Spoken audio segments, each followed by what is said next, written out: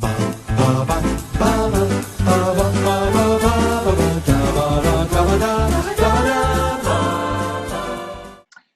I'm Thomas Carruthers. I'm Will Leggetter. And today we have a return guest for our third time. Third time's the charm. Yeah. We need to start tallying who's guested most.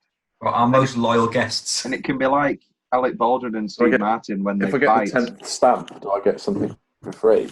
I'd say you get to pick a film, but no, because we do that. We do that. But also, you're not on films that you don't like. You're on movies. That's the reason why you're here. Yeah, no, I'll do that. That's just another little job. We might have merch by then, though. You can get like a free hat. Free? I do love a hat. I don't know where I sit on hats. You put them on the head, surely. I was going to say. Yeah. Yeah. That's great. I'm proud of that one. Fedora, sure. I've got a fedora. Baseball caps have never really done it for me. I wore one in Little Shop. Well, we're not doing lost it. You lost your cap, you lost your glasses. Yeah. It was just a traumatic week. You just lost them full stop, and then Seymour suddenly was glasses.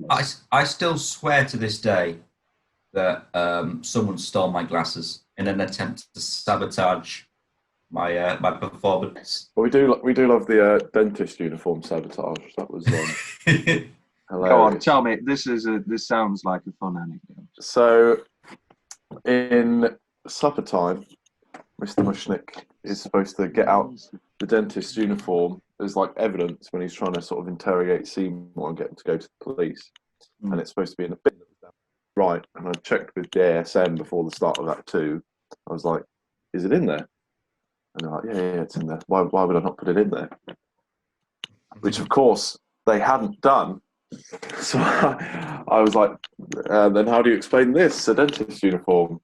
I took the lid off the bin. I was like, right. I just picked up the whole bin and showed Will the inside, which was very, very empty. I could have been very mean and said, there's nothing in there, Mr. Mushnick. But that would have been great, because we love... Why would you have done that to yourself? For a start. It's true. You would have also had to dig yourself out of that situation. Yeah. But I enjoy complex improv. Yeah. Will's one rule. Will's wrote a whole book about improv, and his one rule is just say no. It's like no. It's not yes and. It's no and. Now you say something. Reject, not accept. Well, speaking of Glasses Fest, I did thieve some glasses, didn't I, during Footloose, Will? Because I was finalising my costume, which, yes, might I say, was pretty lovely. It was a lovely ensemble. I was very jealous of your costume. I had to wear, like, cool dude leather jackets and stuff. And also, really don't suit you, do they? There was the very funny scene where... So obviously the whole show I wore these brown shoes, and I never removed my trousers. I always had the same trousers on, but sometimes I changed my shirt or my jumper or whatever. And so there was a scene where I had to go outside, and he was in his pajamas and dressing gown, but he still had his brown shoes on because I couldn't be bothered to take them off and on. So he was fully... but somebody said, oh, try these glasses. And then the glasses were marvellous, weren't they? You want to know a fun story, Tom? Sure. I then took those glasses to uni with me. Yes, you did. I don't have them anymore, do I? And I lost them during the performance of Little Shop of Horrors. Oh, it's a circle of life, eh? How did you end up with them? Did I use them in Hitler Carol? I think they were just in the cupboard, the costume cupboard. I had them. Oh. In my room. I'm sure I must have picked them up somewhere and thought, these would be great at uni. Yeah, in my room. Well, enough about theft and petty larceny. Actually, let's stick with this. So these were all tales of, stage productions and at universities and colleges. So Nathan, why don't you tell us what today's film is and why you're here? Yes, so today's film is the 1967 classic, The Graduate. darkness, my old friend. I've come to talk with you again. Listen, everybody, I want you all to be quiet. I've got Ben's college yearbook here, and I just want to read you some of the wonderful things about Ben. Hey, there's the award-winning scholar. We're all very proud of you, Ben. How are you, track star? What are you going to do now? I was going to go upstairs for a minute. Oh, I meant with your future, your life. Well, that's a little hard to say. Because a vision softly creeping left its seeds while I was sleeping. Mrs. Robinson, you're trying to seduce me. Aren't you? Have you gotten us a room yet? I haven't, no. Do you want to? I'll get undressed now. Is that all right? Sure. Shall I? I mean, shall I just stand here? I mean, I don't know what you want me to do. Why don't you watch? Oh, sure, thank you. Starring Dustin Hoffman. But I was very fortunate enough to be in the play in my time at Sheffield University of The Graduate, which was a great fun play to be in. It was the first ever play I've done, I think, properly. Like, so it was a good experience. And that's why I'm here today. Benjamin, are you having an affair with someone? I do think you should know the consequences of what you've done. I do think you should know that my wife and I are getting a divorce soon. What happened between Mrs. Robinson and me was nothing. It didn't mean anything. Well, that's not saying much for my wife. The point is, I don't love your wife, I love your daughters, sir.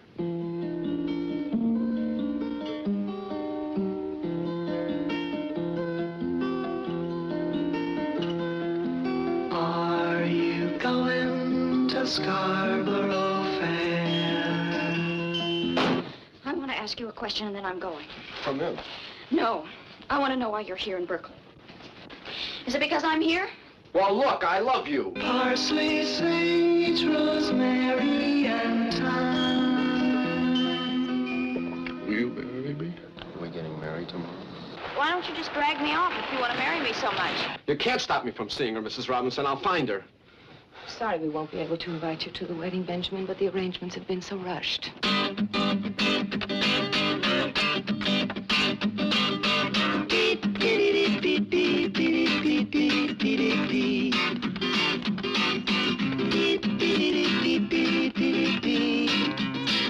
Oh, Jesus, Mr. Cloud. No.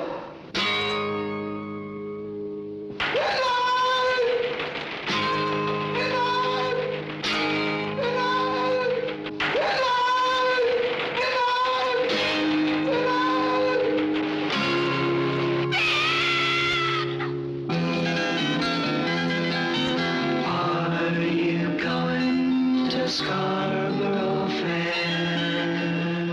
Indeed. And you played? Mr. Braddock, Benjamin's father, because I do love playing dad. I played Will's father figure and then his actual dad. I don't think we changed anything, did we, in Adams from Footloose? We just played the same characters.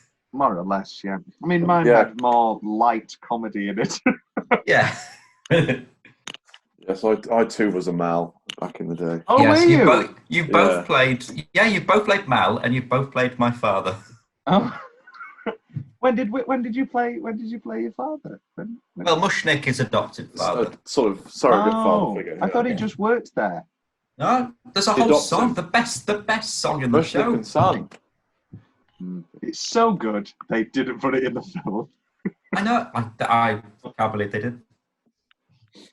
So good they named it twice. The Graduate. Let's talk a little bit about Mike Nichols. This isn't our first Mike Nichols film.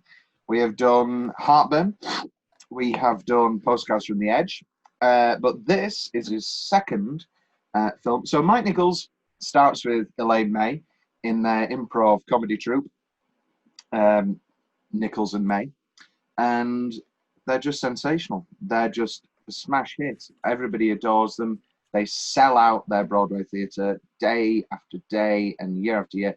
Eventually, Elaine May gets quite, not necessarily bored, she gets quite desensitized to it all because she feels as if she's milking a dead horse, Jesus Christ. what's the say? Flogging a dead horse and Flogging a dead horse, milking yeah. something that's barren or something. But because she doesn't like that she's getting claps and applause for nothing new. Now, you know, Mike Nichols however, was quite anxious about not trying new things. They always tried new material. But he was like, well, no, these people are paying a lot of money. Why don't we just give them what is making them laugh night after night after night? So this led to the split of Nichols and Mate. They did work together again. They've never lost friendship. They worked together. She wrote the script for The Birdcage, one of my all-time favourite comedy films, with Robin Williams and Diane Wiest and Gene Hackman and Nathan Lane and Calista Flockhart and Christine Baranski and Hank Azaria. Great film. But Nichols starts directing. And he directs the original Broadway production of Barefoot in the Park with Robert Redford. And he directs most of the early Neil Simon premieres. He does the original The Odd Couple. And Jack Warner picks him up and says, okay, you direct Who's Afraid of Virginia Woolf? And spoilers, it's excellent. Who's Afraid of Virginia Woolf? You know, to be candid, Who's Afraid of Virginia Woolf is my favourite play. So maybe the film gets a slight bias of how much I love it because of my love for the play, but I stand by that it's the best film adaptation of a play ever.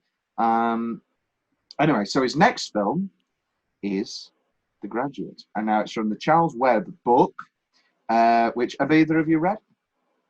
No, I've not. No. I have read it. It's a startlingly faithful adaptation. Ooh. It's a bit like reading the script, really. A lot of the dialogue is still present. There's obviously a lot more, but there's not long stretches of descriptions and stuff as you get with the book. So it does kind of feel like you're reading a script, and it's easily read. You can fly through it. So Calder Willingham, who gets a credit for screenplay, but isn't actually the script that they end up using. Then it gets passed over to Buck Henry, who is in the film as the receptionist at the Taft Hotel. Sneaky favourite, best part, really. And him, Nichols, I mean, we'll talk about some of the casting later in Fun Facts, but to cut a long story short, it's a classic. It wins 5. Virginia Woolf won 5 Oscars. It wins Nichols. Yeah, it wins Nichols' directing Oscar, and it's just an all-round classic. It's in my top 10. I think it's number 8. I can't remember. Is it number 8? It's number 8. I've always adored it. It's eminently rewatchable. I think it's one of the funniest films ever. It still makes me laugh to this day. I watched it again this morning, and I laughed at all the old jokes. Just again. Will, what's your relationship with The Graduate? I love this film. I'm going to have to play around with my rankings as well because I've forgotten how much I like The Graduate. I've not watched it in yonks. It must have been college. I watched it last. Because obviously I knew about it when they did it. It was like Freshers Week, wasn't it? When I came up. It was really early. It was week 3. Yeah, because I would have loved to be part of that. I came too late. No, I didn't. I should have. I should have gone to see The Graduate. So. Some friend. But yeah, no, I love it. It's very funny. That's the best thing about it. It's one of those films where I do laugh out loud, and you don't expect to. I was going to the toilet. I was on a schedule or whatever.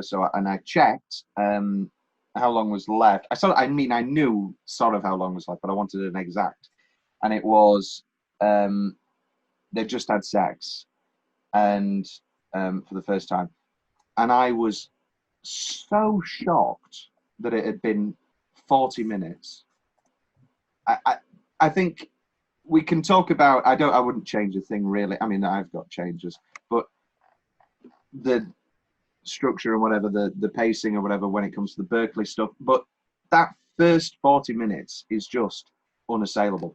The seduction, the party, the seduction. I mean, we'll get into this in 10-minute stretch, but the party, the seduction, and the first sex with Mrs. Robinson, even stretching into those back-to-back montages of the affair over the summer, and then you're into the art scene, and it's one of those films where next scene, and you're like, oh, this is just non-stop brilliant. Yeah. Let's jump into YouTube comments. I am an Asian, and I found that the English conversation in old movies is much more easy to comprehend than now. Words are spoken in a more simple way. Exactly. It's a roundabout way to get to the point, but you look at these long 2-hour and 10 Judd Apatow long improv,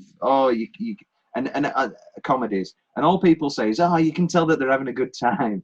And no, I want a little bit of precision. Well, no, my two favorite comedies of all time are Airplane and Caddyshack, and they're sort of my two things. And they're the complete opposite. Yeah. Airplane is absolute precision. It's Caddyshack is death.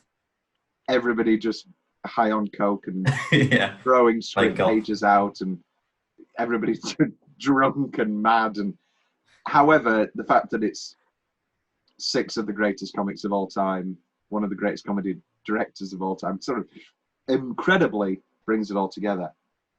But this is one of the most precise, brilliant comedies made. Simon and Garfunkel brought me here. Let's talk about this now.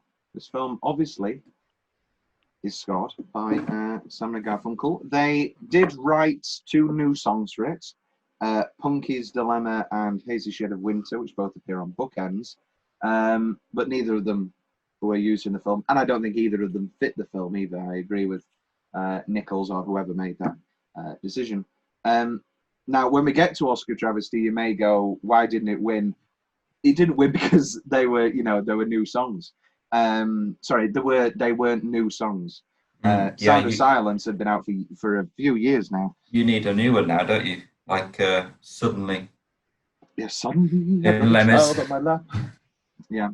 And you can, so whenever a musical, they write a new song to win an Oscar, and you either get You Must Love Me, which is one of the better songs in Evita now, and they keep it in, or you get... And the stage play, Suddenly, I've got a child on my lap, or whatever he says. Either way, it's terrible. I should think it's not that. Or they put Minnie Driver to sing a song over the credits of Phantom of the Opera.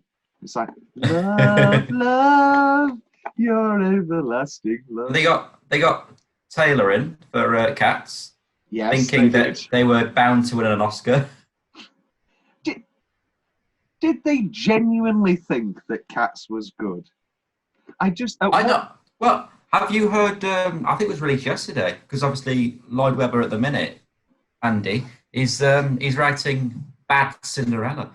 Well, I think it's just called Cinderella. It's called Cinderella, but she's a bad Cinderella with Carrie. Carrie Hope. And I really urge you to listen to it. People that are listening, and you, Tom. They've released like rehearsal footage of her singing the main song. It's like, I'm a bad Cinderella, but it's Andrew tried to be hip hop, and it's very bad. It's as good as the rest of his portfolio, really. Nathan, you don't enjoy Phantom, do you? I don't really enjoy the music of Andrew Lloyd Webber, to be honest with you. What Evita? Evita's probably my favourite.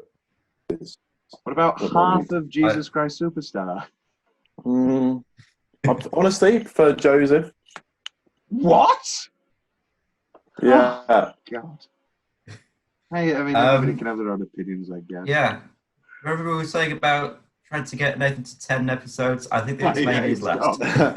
Yeah. Can I use your phone? Yeah.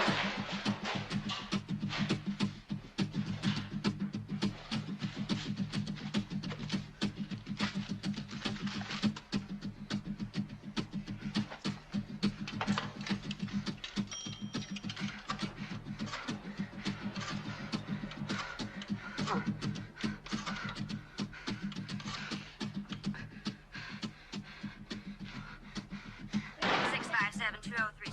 who is this? This is Dr. Smith's answering service. Is the doctor anywhere? Well, I'm afraid the doctor can't be reached right now. If you'd like to leave... I have to know where he is.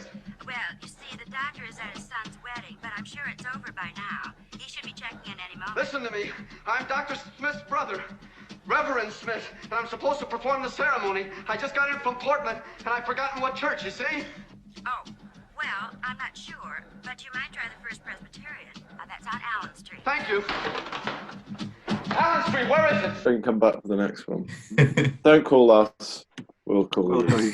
The last scene in the movie is just so realistic. ... Yes, it is. I mean, the famous story, as I say famous, it's famous between two people. My ex famously thought that they were just getting bored. And when I said, oh, it's just so beautiful and tragic, isn't it? How, you know, they've realized that their lives are never going to be the same, and how maybe this fleet of fantasy is actually going to ruin their lives, and she should have just gone with Carl, and, you know, maybe they're definitely not right for each other. And she goes, oh, I thought they were just bored. I thought, no, they're going to be happy. So and then that's a joke in 500 Days of Summer, isn't it? They say it at the start, it goes, his deep, misheld ideals about true love came from an early misreading of the ending of The Graduate. And yeah, so it is I didn't realize it was such a not a polarizing ending, a ambiguous ending. I always thought it was pretty obvious that, you know, it's what happens after any film if the camera kept rolling. You know, what would happen if the camera kept rolling on I can't think of a good example. Footloose. Yeah, Washed away. Oh. Yeah, they all dance. They all dance at the Footloose party, and then yeah, what if the camera keeps rolling? Like, what happens? What happens the day? Like Groundhog Day. What is the next day? How do you? We'll talk about it on the Groundhog Day episode. But what are the psychological ramifications of going back into real life after having? Like in the original script, they said they had title cards of day 1,000 or whatever, and I can't remember the exact, but it was into the millions in the script. What are the psychological ramifications of that next day? I mean, let's not get too depressive, but I just don't see a world where Phil Connors doesn't kill himself in reality. I mean, he already has, yeah. Yes, times. But now he can't come back. I love this movie. Oh, go on. I was saying he can play the piano now. He can play the piano now, so everything's okay. And he bought that young couple their wrestling tickets. I love this movie. It's weird because I've seen this film a million times, but I've only started relating to Hoffman's character more recently.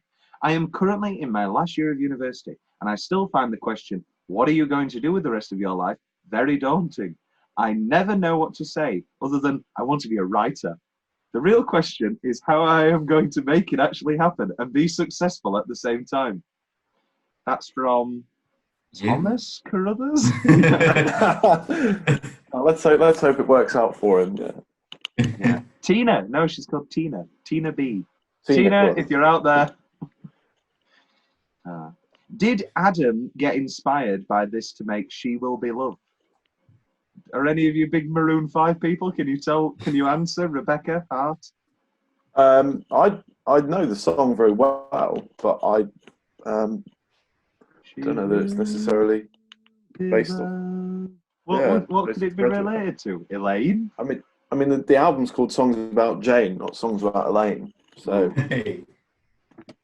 if it was Songs About Elaine, it'd be better. A lesson in delicacy and shrewdness, cinematic in dealing with a subject that was a taboo. Yeah.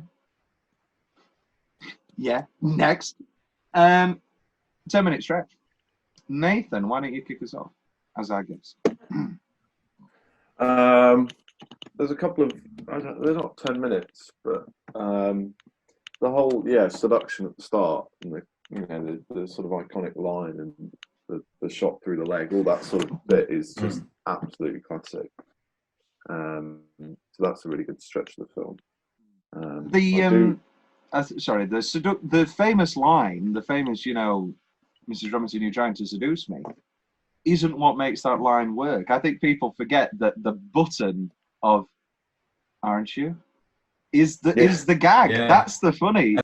You get the payoff of that scene as well, where he just apologizes straight after, and he's groveling at the end. It's great. That's the most disgusting thing I've ever said, Mrs. Robinson. Please, Ben. Anne Bancroft is astoundingly good in this film.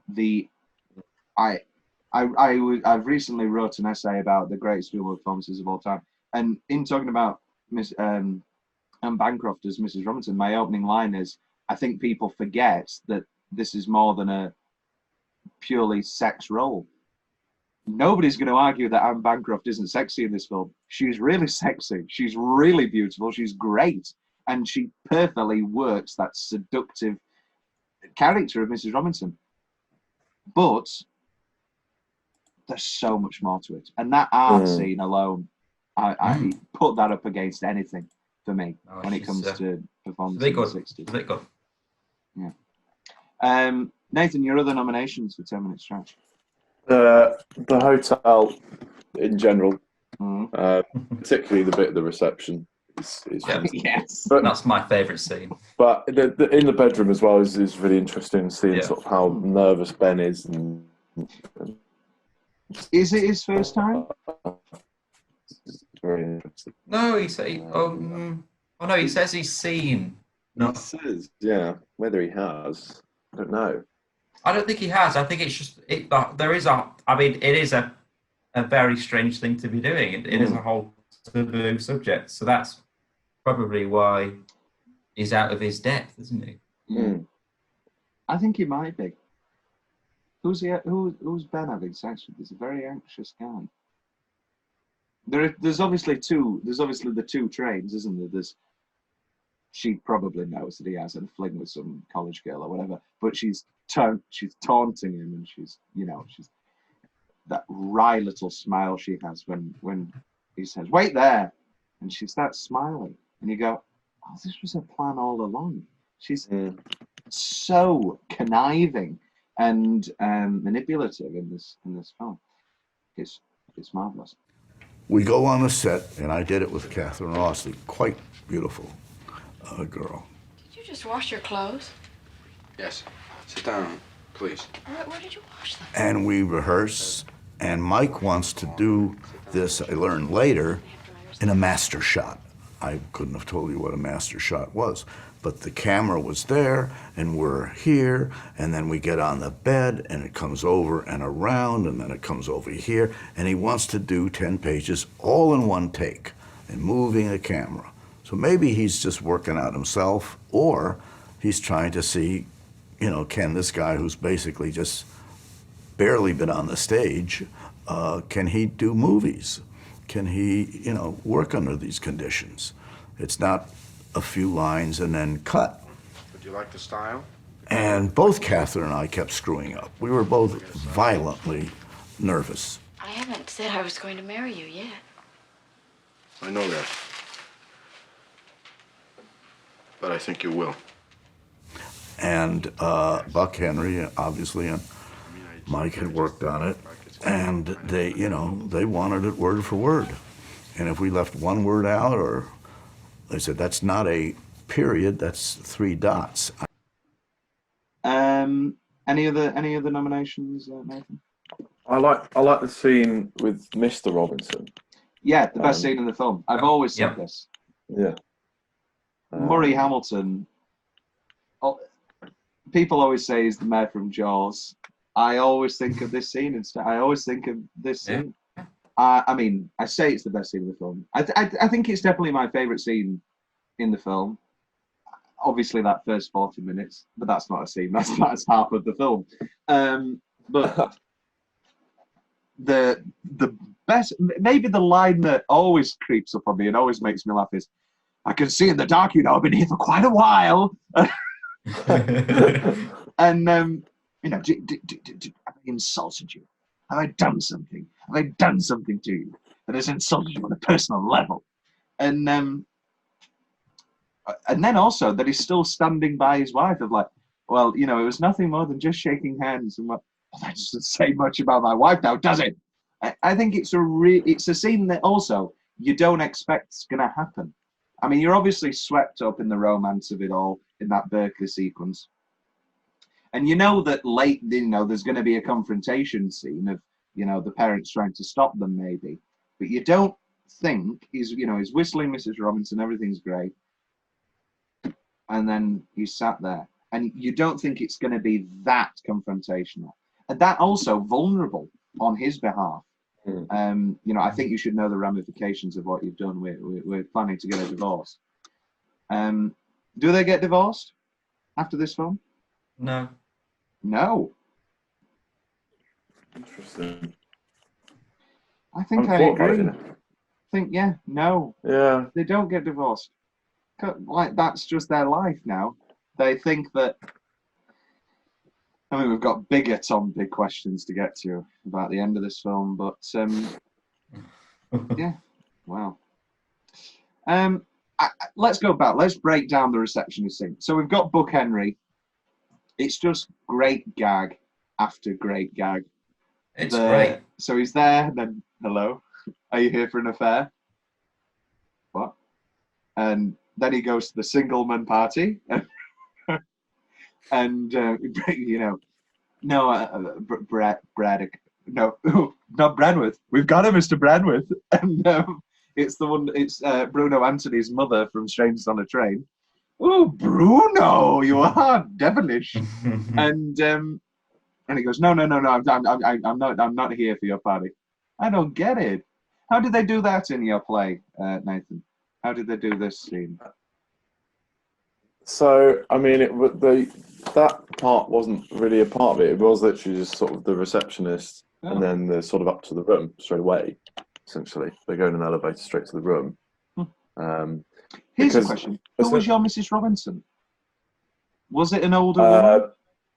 No, she was like a third-year student. So she was 21, 22, kind of. How was she? So, yeah. She was very. We only have the best actors in No, I know you do. But did they cast an intentionally younger-looking Benjamin?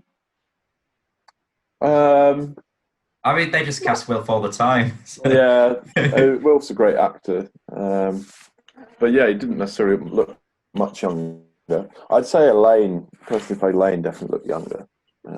Okay. But yeah, the way the play works is that you've got the 6 characters from the 2 families, the 2 sets of parents and 2 kids, and then all the other roles are played by the same person. So there's just a cast of 7. So they can't really do all that sort of all the party stuff and that with only the one person playing all the. I remember my grandma and granddad went down to London to see it with Kathleen Turner, and this sort of instigated their hatred of straight plays. And because it's just a bunch of doors, isn't it? The set design. I know that you might have varied it. Yeah, we did have a door because Mr. Robinson breaks it down with an axe. Later on in the as a dream sequence at the wedding. Oh, at the wedding. No, this is at the wedding. But like in the film where it looks like he's about to turn into the church scene from The Kingsman. Throwing Mr. Robinson with an axe. Here's Robbie. Yeah, no, but the and I remember my grandma had always said there were just all these doors, and they were just coming in and out of doors, and there was nothing else. It sounds more like One Man, Two Governors, really. Yeah, she basically just didn't like the fact that there were no sets. I don't think she likes the concept of a play. I think it's less about doors. It's really down to the amount of tables you've got on stage. That's key. You'll be pleased to hear. I think we might have had 3 tables. You know. Oh, there's a scene. 3 is the best amount of tables. When he takes Elaine to a strip club for a date. Yes. And I think we might have had 3 tables. I got to be in the background of that one. Who were your other little roles then? That was it. It was Mr. Braddock and then background attendee of the strip club with Did you have a Mr. long Robinson coat? also there. Possibly there was definite hat, the sort of shady hat. Pure filth. Yeah, it was quite fun. But we had instead of like beer, we had cold tea, which was Scotch. Yeah, well, I don't know, maybe. But either way, whatever we were drinking was cold tea, and it just wasn't great. And then one of the ASMs put like a ton of salt in it on the final evening, so you couldn't even drink it. It was very, very strange. I've never gone for all that. Those sort of pranks. Hello, Benjamin. Hello, Mrs. Robinson.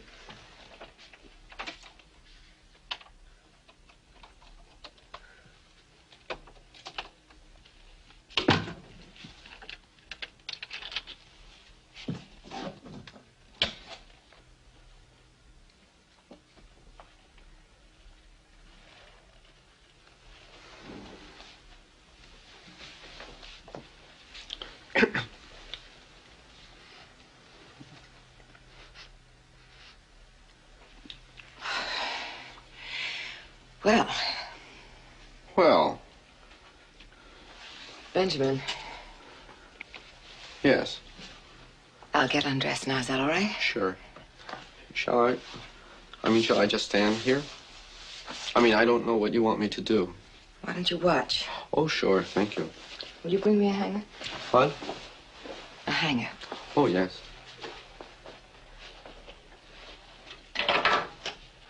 Oh, it's fun. Last night is great. It wasn't much fun. Yeah, salt in a drink's not fun. Yeah, because we've been doing like downing drinks games and then ordering like other drinks, so it cost us like half of our background filling sort of acting, really. Yeah, and it's a fine line. Like I will throw a line in. Yeah. That because I think that's funny and everybody can. It never halts anything. Oh no, I you cannot never do anything stand. that would. Yeah. Cannot stand. Not to throw people names under buses, so I won't name names. But on our final night of Adam's Family, there were a few gags, and people broke and they stopped singing. Yeah. You can't do that. You don't start throwing things about if you can't take it. Such as on our final night of Footloose, previous guest Sam Mandagomi. I think this came up on the Rocky Horror episode anyway. But me and Sam went for 2 minutes of additional dialogue that we would just make up on the spot, and not to blow any trumpets, but we did get an applause. Because me and Sam are very, very comfortable, and it was absolutely fine, and there was no awkward halting. There was no like, hey, you too. There was none of that, and there was no breaking. I can't stand breaking. I've never liked breaking. I went to watch Blood Brothers, and I think she's passed now, so I won't be too angry. But the lady who played Mrs. Johnson just started laughing, and she went, "Please, please." And I thought, Blood Brothers has been on for so long. You do this show every day, and it wasn't something new either, because I'd seen it. I know Blood Brothers like the back of my hand, really, and it wasn't something new. It was just the guy in his leather. It was the second act opening when the guy comes on in his leather jacket. Sammy, the brother, Sammy, and yeah. Anyway, not a big breaking guy. There is a break in this movie. Do we know where it is? Is it in the wedding? No, it's when Dustin goes and bangs his head against the wall. That's a very Dustin thing to do. Because the grab of the breast was improvised, and then Anne Bancroft thought it'd be funnier if she just ignored him and started messing with the clothes, which she does. And that does nothing, just couldn't, he needed to laugh straight away, and so he went and banged his head against the wall. And which led, and then Anne Bancroft just continued with the lines. And great. Yeah. It's one of those, a bit like Woody Allen, really, where you subliminally don't notice that there's so many one-take shots in the scene. But when you look at the comedy and you look at the timing and you look at the performances and the writing, like the receptionist scene, that's just one static shot for a minute and a half or whatever it is. And it's like, bring it full circle aside watching a stage play. It's just great comedy, back and forth and back and forth and back and forth. Thomas Wheeler's specific favourite parts of the film. I love the flash of Mrs. Robinson at the party, where we just see her, and she gives him an eye straight away. He didn't look like that before. I don't know why Mrs. Robinson voices my Pauline Kael voice, but he didn't look like that before university. It's lovely. The keys in the fish tank. Yes. They're her own keys. I mean, I know she doesn't care about anything, but they're gonna rust. They're all soddy. My sneaky favourite line of the film.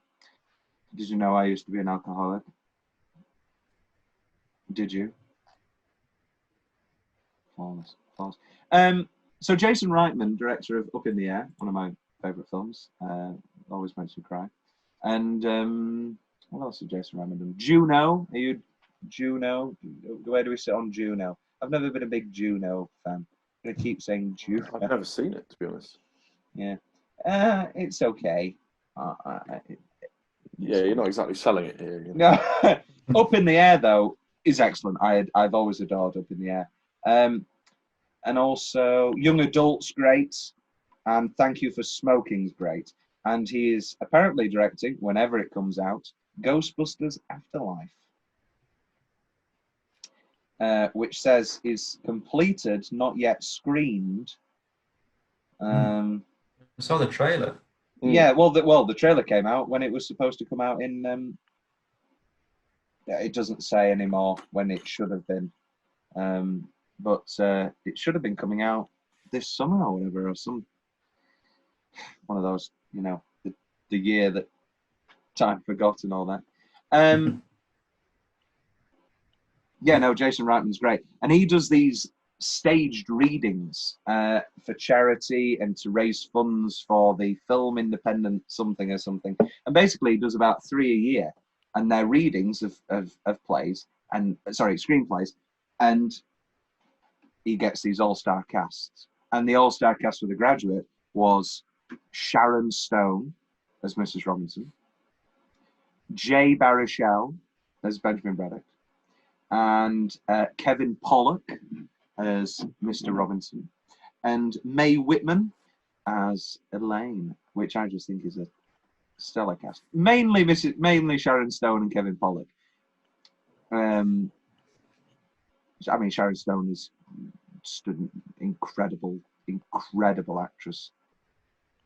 I've always loved Sharon Stone. Basic Instinct, come on, and Casino, incredible. Who did she lose to for Casino? I think it was Emma Thompson or something. We like it. Yeah, we like Emma Thompson, like that, yeah. But she's not as good as Sharon Stone in Casino. The nude flashes, just the way that's edited, presented, the dryness of, don't be afraid, I'm offering myself to you sexually. If you don't want it now, you can have it any time. Just oh my God.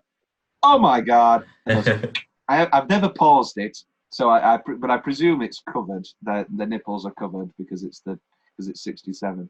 But just those brilliant, and the tan line. What an excellent little choice. My favourite gag in the entire film. Do we know what it is? It's during the reception scene. Is it him tapping the bell, stopping the bell from being tapped? That's a close second. I love that. Is it the register card? It's him writing down his own name. Yes. It's the speed at which he whips it away as well. He's like, and just carries on. Yeah. It's brilliant. And you know what else is great? We don't need a close-up. In Ghost, they have the same gag. I mean, Ghost is a bit more of a broader comedic film, and Whoopi Goldberg's performance is a bit broader. But they do the same gag where she writes down Oda Mae Brown instead of Rita Miller. And Patrick Swayze goes, "No, I'm a ghost." I mean, he doesn't say I'm a ghost, but he goes, "No, Whoopi." I mean, he doesn't call her Whoopi, but he goes, "No." And then she goes, "Whoa, whoa, whoa," and she rips it up, and we see that it was Oda Mae. But we don't need to see it. It's just, whoop.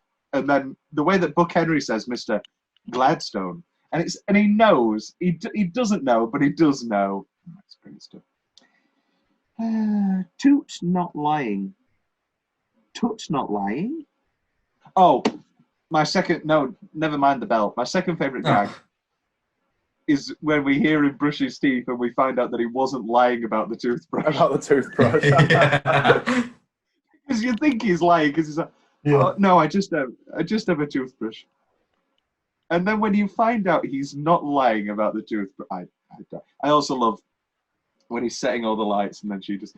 It's just gag after gag after brilliant. Right. The smoking, where she has to... just... It's a flawless film. Some people call it the impossible cut, where he's jumping onto the sunbed and in turn, let's say, concluding his activity with Mrs. Robinson, and they flop. Maybe the best cut. I always go to that as my favourite cut in any film ever. I mean, obviously you've got your Lawrence of Arabia, the cut to the desert, but I'm going to have to go for the impossible cut. Undressing. The undressing after the art scene. Just that flat, static shot, and it holds for far too long, but it's perfect and on the same. As cruel as it is, and I've never liked... I mean, I do like it, and I wouldn't change it, and I get why he does it, but just the cruelness of the going to the strip club scene, and but I do like the line, "You're missing a great effect here." I think I'm this guy called Gladstone.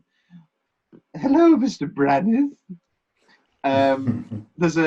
Isn't there a bar at the Taft Hotel? Yes, I mean there is. I mean, no.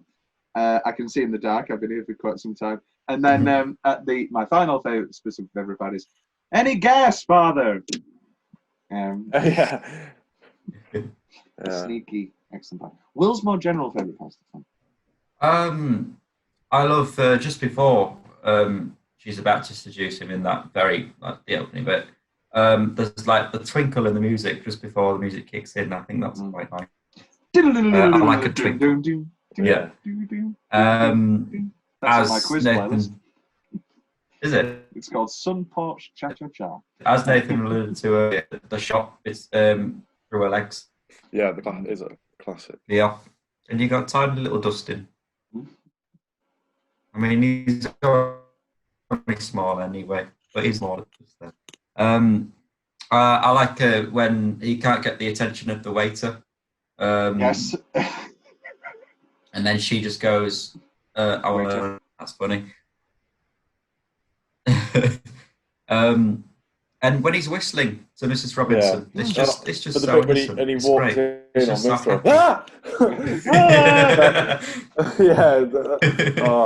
That little bit is great.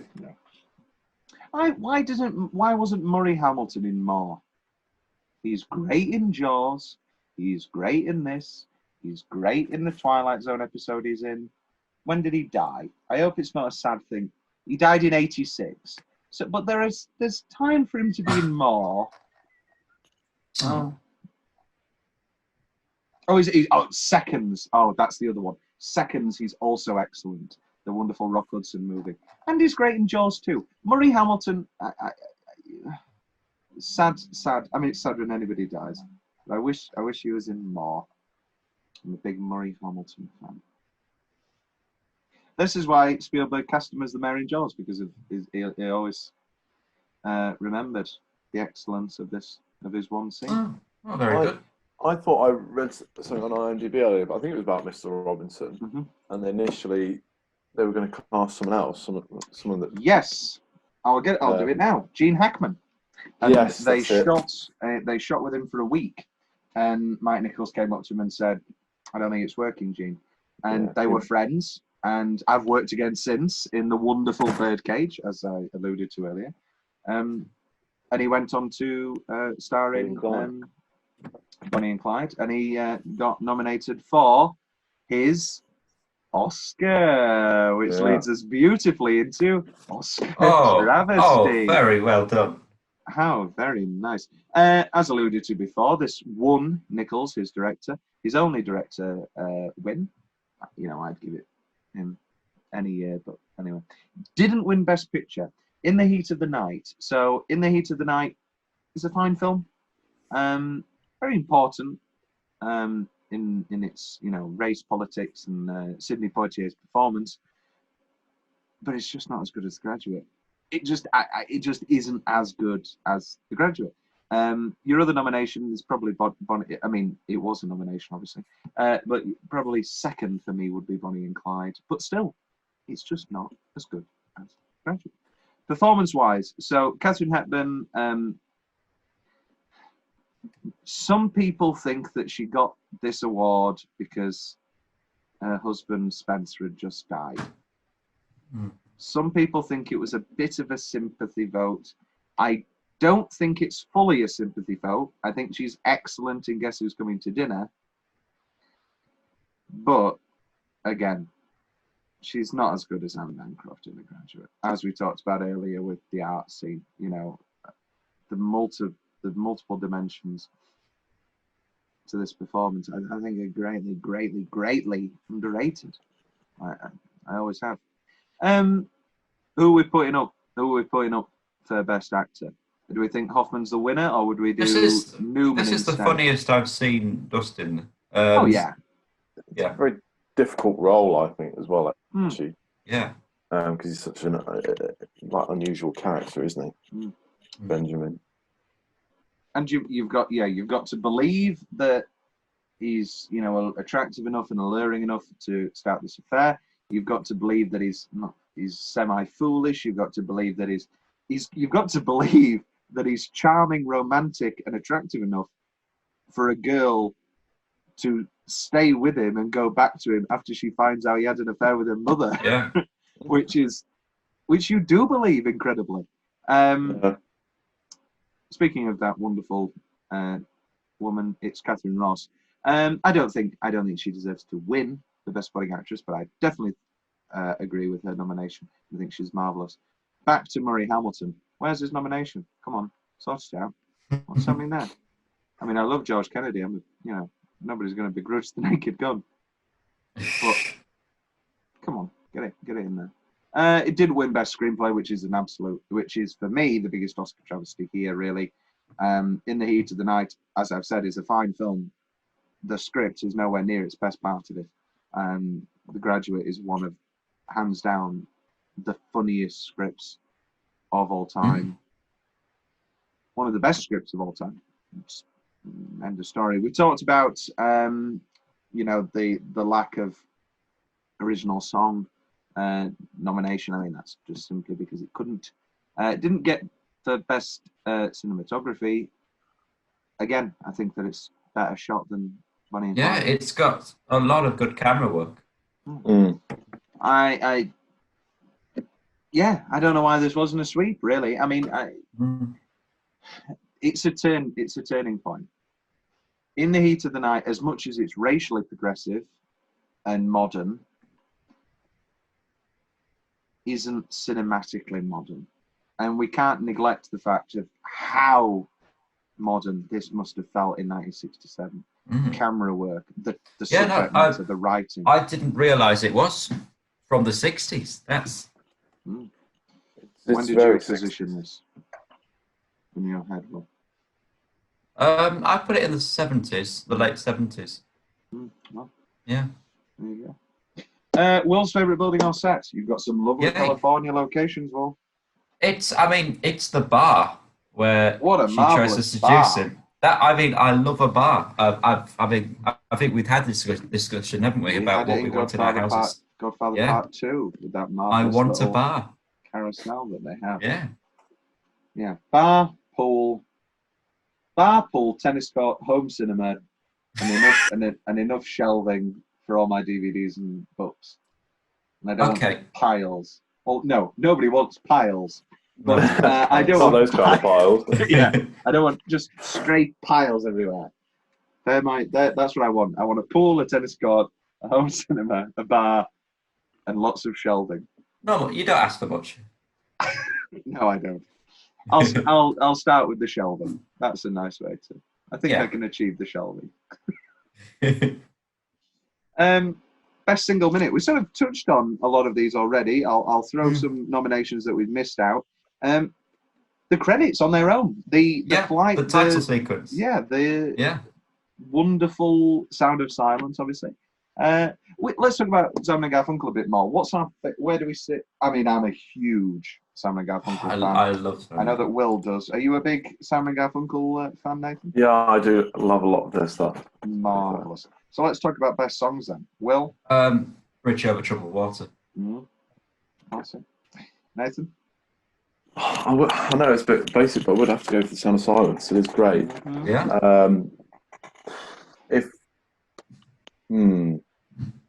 I'd probably always go America.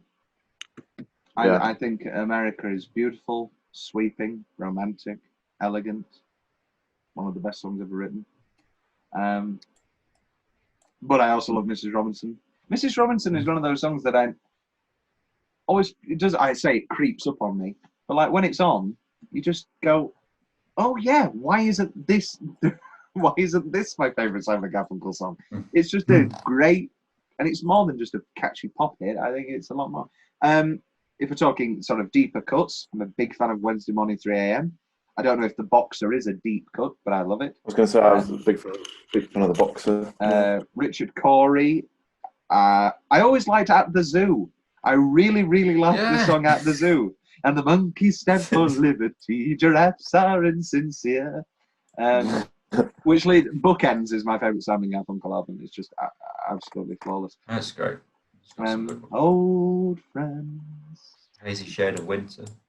That's a great album. But it's got America in it, of course, that's why you like it. But it's also got Mrs. Robinson, and it's also got... it's great. My comment is always that Bookends plays like a greatest hits. It's... And you famously love a bookend. I did write a play, yes, called Bookends. I think it's one of the best things I've written. Okay. You've never read it, Will, so you can't pass on it. I haven't read it. So there you go. If you read it, Will's rather egotistical. He'll only read something if there's a part for him. This is true, is it not? It's very true. There we go. What's the change? Oh, sorry, best line. How can we neglect? Whoa. Can we neglect this category here? Let's do a round robin. So, Tom, Will, Nathan. Mrs. Robinson, if you don't mind me saying so, this conversation is getting a little strange. Is that your line? Yes, okay. Will. Are you here for an affair, sir? What? The Sigma Party, sir. Ah, yes, the Sigma Party. I like that. Nathan? That sounds kind of half-baked. No, it's completely baked. It's a decision that I've made. Elaine, it's too late. Not for me! I always like it. I think it's emblematic of the themes of the film. Will? Do you find me undesirable? Oh, no, Mrs. Robinson. I think you're the most attractive of all my parents' friends. It's great. That's a great one. I can't remember the exact line before, but when he's like, so why did you spend 3 years at college and all that money? Beats me. It's so true. You got me. That's it. You got me. Benjamin. Yes. Isn't there something you want to tell me? Tell you? Yes. Well, I want you to know how much I appreciate this. Really, the number. What? The room number, Benjamin? I think you want to tell me the room number. That's great. Well. That's a good place to stop. Okay. Any other, Nathan? I had one. It's gone. What makes you think she wants to marry you? Oh, she doesn't, to be perfectly honest. She doesn't like me. I like that one. Two more. Do you want to tell me why you did it, Mr. Robinson? Do you have a special grudge against me? Do you feel a particular strong resentment? Is there something I've said that's caused you this contempt? Or is it things that I stand for that you despise? And my final nomination would be You go to hell. You go straight to hell, Mrs. Robinson. Do you think I'm proud of myself? Do you think I'm proud of this? I wouldn't know. Well, I am not. No, sir. I am not proud that I spend my time with a broken down alcoholic. I see. That's my favorite part. I see. The pain in... Plastics. That's what I was going to say. Plastics. Are you listening? Plastics. Mr. Maguire. Which is Mr. Robinson in the play, interestingly. Oh. So it's that one. Wait, no. As in it's a double role, or it's actually... No, it's Mr. actually, Robinson? it's given to the character. In peculiar indeed. What's left from Will's notes? What is left from Will's notes? Oh yeah, the whole that we neglected to talk about the scene where it's the raining and she gets in the car and he's like, I'm going on a date with Elaine, and then she's like, I'm going to ruin your life, and then he's got to go and see it. Like, oh, we just have to explain. He just needs one look. And, oh, it's so good. And the out of focus. We brought that up. The focus. Yeah, the out of focus on Elaine into the focus. Just sensational stuff. Anything else, Will? Anything left from your notes, Nathan? It was the swimming pool scene, isn't it? Yes, the scooper, yes. And we haven't touched on that one.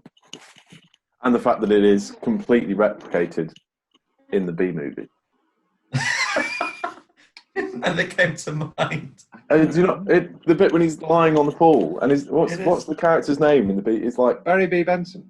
Yeah, well, it's basically Benjamin. And they're like, what you B movie.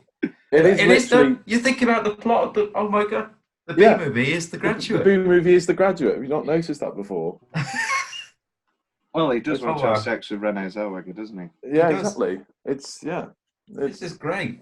I want a scene where, what's his name? The guy who voices Kronk.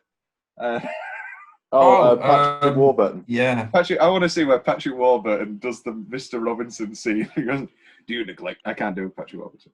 But I want that full scene. I'm allowed one thing before I die. He's the best part of that film. Mrs. Robinson, you lie there and tell me I'm not good enough for your daughter. Did I say that? In so many words. Benjamin, I want to apologize to you if that's the impression you got. Well, 2 minutes ago you told me I wasn't good enough for your daughter. Now you say you're sorry I got that impression. I didn't mean it. I don't think you'd be right for each other. But I would never say you weren't as good a person as she is. You wouldn't? Of course I wouldn't.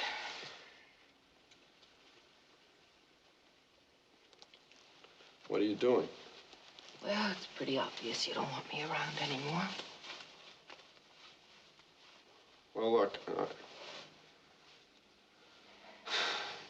I was kind of upset there. I'm sorry I said those things. It's all right. I think I can understand why I'm disgusting to you. Oh, no. Look, I like you. I wouldn't keep coming here if I didn't like you. But if it's sickening for you? Oh. Yeah. Very good. Richard Dreyfuss cameo. It's not a cameo. Yeah. It's his first role. Wonderful. We love Richard Dreyfuss. Alternate ending corner. There isn't one. The play has a different ending. Oh, shoot! Tell us. Don't know why you so changed they run something away that's perfect. to a motel, Ben and Elaine, on the bed, and they're sort of, going to consummate their relationship. And he doesn't really have the first clue what to do with her. And she says that, and she points it out. And so they don't consummate the relationship. They don't have any of the sexy times. They instead separate Cheerios into the different types of Cheerio. And that's like how the in play Get ends. Out. Yeah, but that's how the play ends, with them just sorting Cheerios. Oh, okay. Well, I'm pretty sure which ending I prefer. It's quite nice. I mean, there's more to the scene than that. Yeah. It's a nice, again, there's a sort of bit of ambiguity to it. And uncertainty as to where the relationship goes from there, kind of thing. It's quite I think nice it's just saying out loud what you can infer from those looks. Yeah, definitely. Maybe it's harder to present on a stage where you're not so close to their faces and you can't see every minute Post-facial detail. expressions. Yeah. But what can I say? But there we go. Throw that one in there anyway. Yeah, true. When Dustin Hoffman showed up at producer Joseph E. Levine's office for a casting interview, Levine mistook him for a window cleaner. So Hoffman, in character, cleaned a window. In character as who? A window cleaner? It's a noble profession. Here you go. Dustin Hoffman was already set to play a role in Mel Brooks's The Producers in 1967. Oh. He was supposed to play Franz Liebkind when the opportunity to audition for this movie came up. Deferentially, Hoffman asked Brooks's permission to audition for the part in the other film. So Hoffman was cast, and Brooks was quite annoyed. And he was sort of confident that Hoffman would be unsuitable for the role. And he eventually got it, and he was a bit angry. But somebody calmed him down. Do you know who calmed him down? Gene Wilder. No, his wife, Anne Bancroft. Yes, Mel Brooks and Anne Bancroft, one of my favourite celebrity couples. Oh, I have watched the montage of them. There's a montage called, I can't remember what it's called. It's just about Mel. Type in Mel Brooks and Anne Bancroft and you'll find it. And I've watched that just too many times. I've always adored them. And there's faith for the quietly ugly, funny guy that they can get Anne Bancroft.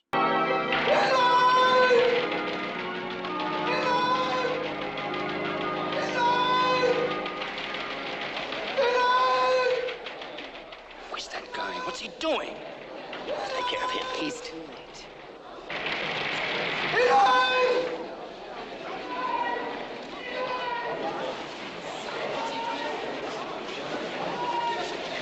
Get it. Hey, stop.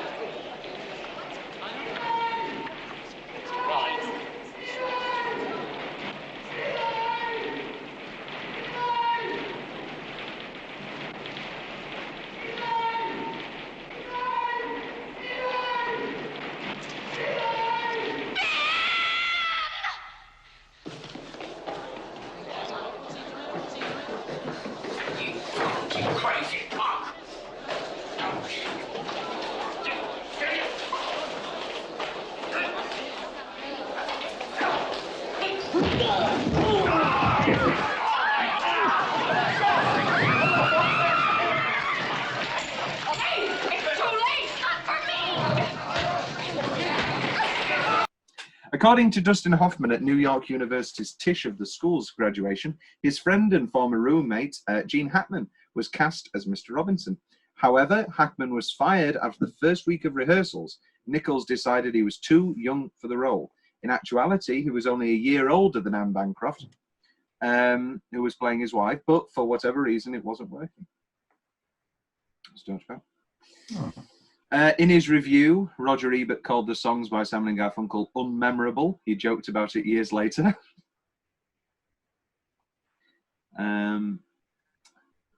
So, do you know the Mrs. Roosevelt story? No. So they needed another song for the film, and Paul Simon started playing Mike Nichols this song, Mrs. Roosevelt, and he said, "There, we'll use it. Call it Mrs. Robinson. We'll have it." And that's how one of Paul Simon's greatest songs ever was made. So that's why it's all the lyrics to the president and all that stuff. Sources vary on precisely what the truth is about the possibility of Doris Day playing Mrs. Robinson.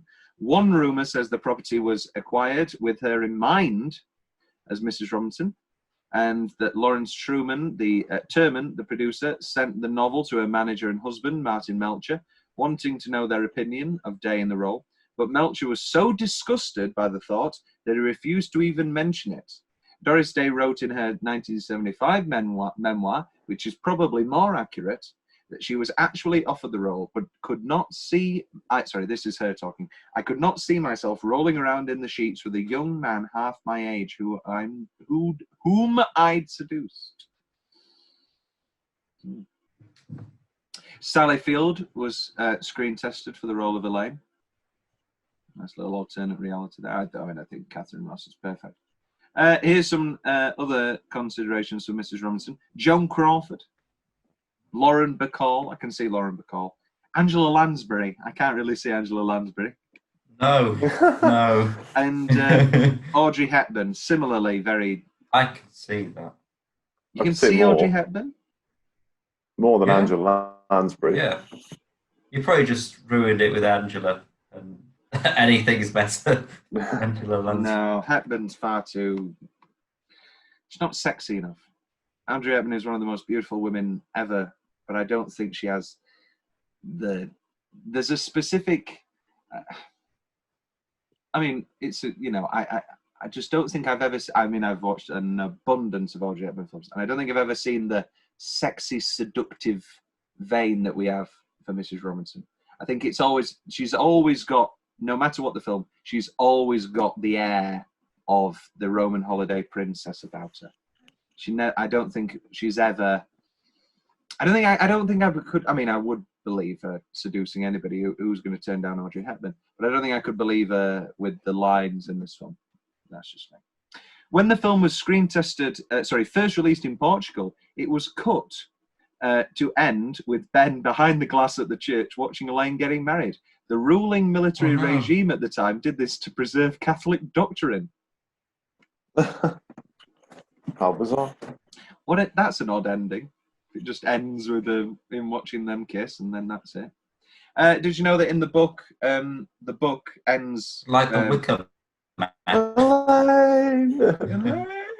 Elaine.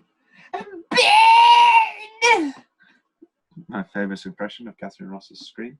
But the book ends. He stops them before they say "I do," whereas obviously in the film they're married. And it's too late. Which do we? And that's a lot bleaker. I like it that they're already married. I like it, yeah. Because now they have to go through a divorce procedure. That's 2 affairs he's had. What a dog. Tom's big question: do Ben and Elaine stay together? I think no. Yeah, I'm going to agree with you there. That's why the ending works, and they're not just bored. Why did Mrs. Robinson pick Ben? I think she liked his vulnerability, maybe. Yeah. It's Dustin Hoffman as well. Yeah, he's supposed to be. He looks good in the film. He's a handsome guy. He's a bit young. He scrubs up. He scrubs up. He's a bit toned on that. Very sort of successful in terms of he's done a good degree or whatever, and nice car. Is there any world where Elaine stays with Ben after finding out about Mrs. Robinson? No. Maybe. Is there any world where Elaine lets Ben kiss her so soon after him taking her to a strip club? No. It's a sort of going back to the Elaine and Mrs. Robinson conflict. It's one of those things where if it were to be ever resolved, it would have to be like, right, we're going to have to move away, start a new life, like family confrontations, any of that. It would just be so awkward. Yes, it definitely would be awkward. Who believes the rape? Does anybody believe the rape? Or does everybody secretly know that it was a full-blown affair? Does Mr. Robinson actually think... Well, Mr. Robinson's sort of approach to the whole thing is as if it's happened before. Like, this is in her nature. They don't really press charges or anything, do they? No. But also they've got, it's the 1967... It's 1967. So you've got the angle of it would be a bit of a disgrace, sort of angle. I don't think I anybody suppose believes. Ben moves away, doesn't he? So Well, no, Elaine believes her, doesn't she? Until, but literally all she has to hear is the truth for her to realise that it's a complete lie. Yeah, rough stuff. Synopsis of a sequel. There is the funny gag in The Player, where Buck Henry has a cameo and he pictures a sequel to The Graduate, where Ben and Elaine are living together and they have to start caring for Mrs. Robinson after she has a stroke. I don't know what a sequel to The Graduate would look like. There is the book, Night School, which I own, but I haven't read yet. And it oddly has a very similar premise to the joke in The Player. So I don't know whether Charles Webb was conscious of that. Who knows? And so we end The Graduate. Nathan, any final thoughts on this seminal film? fantastic film, really, isn't it? It's a timeless piece of cinematography. Will, you've sort of alluded to your final thought being that you're going to change your ranking. So currently...